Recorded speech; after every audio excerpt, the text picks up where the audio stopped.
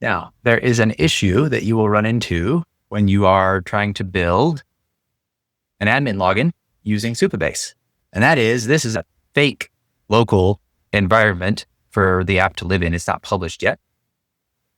When you go to log in, even if it connected it up correctly here, what's going to happen is Supabase has by default an email verification turned on.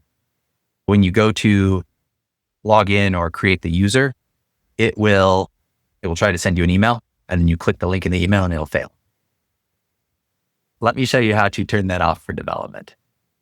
We're going to go in here to, this is the thing we built, go into authentication, sign in providers, go to email. We are going to turn off this confirmed email during development. Remember to turn that back on when you're done. Remember that step if you're connecting to Supabase.